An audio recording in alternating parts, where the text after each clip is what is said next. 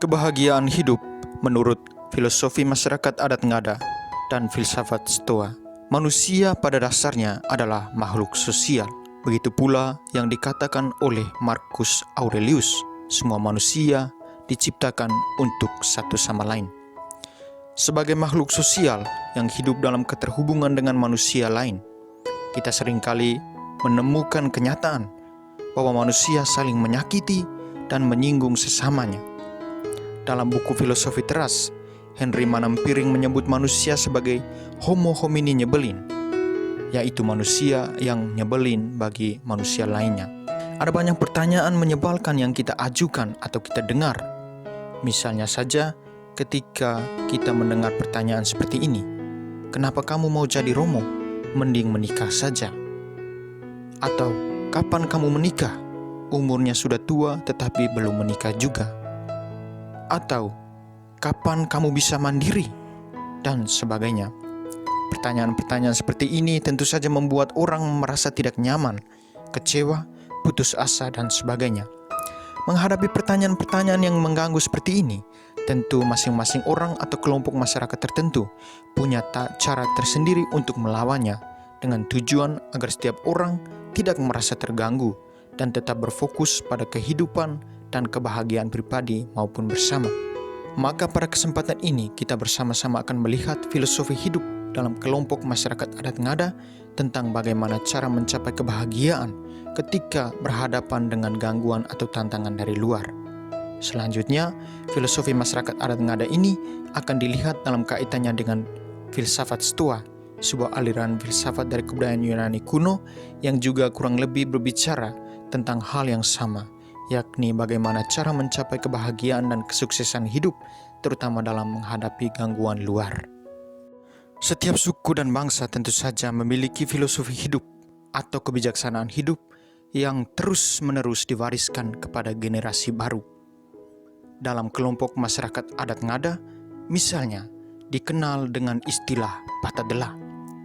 Patadela menjadi satu wadah penuangan hidup dalam bentuk puisi-puisi lisan yang sederhana dan dekat dengan realitas hidup masyarakat yang masih bertahan sampai saat ini.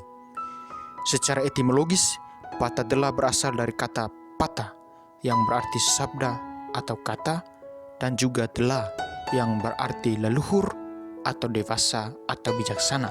Maka secara sederhana dapat diartikan sebagai sabda leluhur atau kebijaksanaan leluhur. Salah satu contoh Patadela yang dikenal sampai saat ini atau yang tertulis dalam syair-syair berikut ini. Kata da keke kau mae denge, lako da au kau mae paru, kau boda laa netuzala, kau boda page nono vesa. Terjemahan sederhana dari Patadela ini adalah sebagai berikut. Kotekan ayam hutan, janganlah kau dengarkan. Gonggongan anjing liar, janganlah kau hiraukan. Tetaplah melangkah pada jalan yang benar. Tetaplah melangkah pada tujuan dan rencana. Maksud dari Patadela ini ialah untuk memberi motivasi dan dukungan bagi seseorang yang sedang berjuang menggapai cita-cita dan tujuan hidup yang telah direncanakan. Tentu saja, dalam perjalanan waktu ada banyak hal yang mengganggu, seperti tantangan, godaan, cemoohan, dan sebagainya. Hal-hal seperti ini bisa mengganggu hingga menggagalkan perjuangan seseorang. Maka kepadanya dinasihatkan dengan Patadela ini, bahwasannya ia jangan memberi perhatian yang lebih kepada tantangan itu sendiri, yang dalam hal ini dikatakan kata da keke atau lako da au, melainkan harus tetap berjalan dan melangkah atau tetap berfokus pada tujuan dan cita-cita, agar cita-cita hidup seseorang dapat tercapai dengan baik.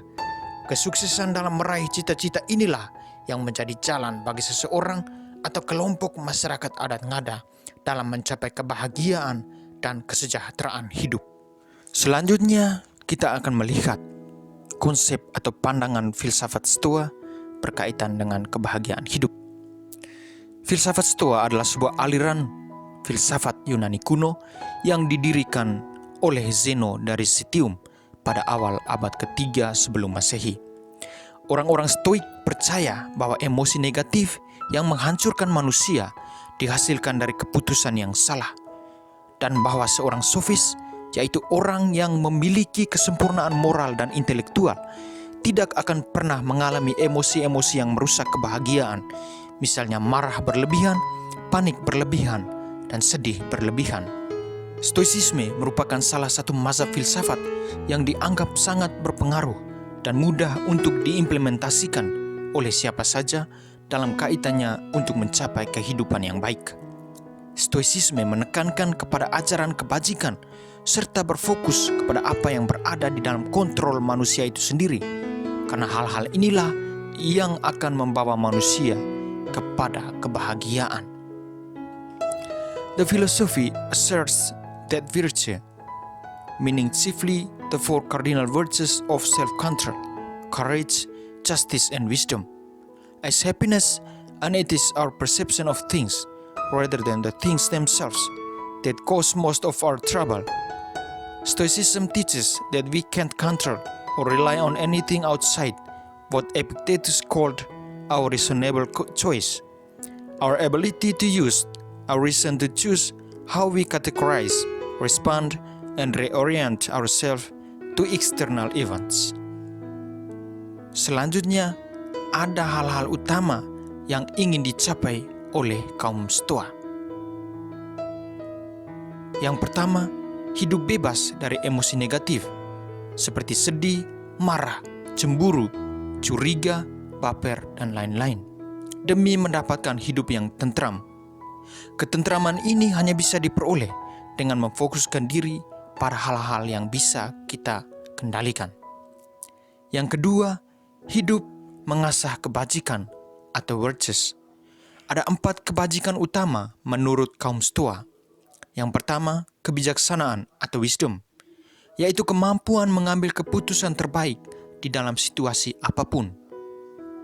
Kedua, keadilan atau justice, yakni memperlakukan orang lain dengan adil dan jujur. Yang ketiga, keberanian atau courage. Dalam hal ini berarti keberanian berbuat yang benar, berani berpegang pada prinsip yang benar. Ini bukan saja berani dalam makna yang sempit, seperti bernyali masuk kandang singa dan sebagainya. Dan yang keempat, menahan diri atau temperance. Disiplin, kesederhanaan, kepantasan, dan kontrol diri atau nafsu dan emosi. Selanjutnya, filsafat Stoa mengusung tema kebahagiaan yang disebut dengan ataraksia. Kebahagiaan yang kita bayangkan sebagai jiwa yang tenang dan damai digambarkan oleh kaum Stoa sebagai situasi negatif, yaitu tiada gangguan. Bahagia adalah saat kita tidak terganggu.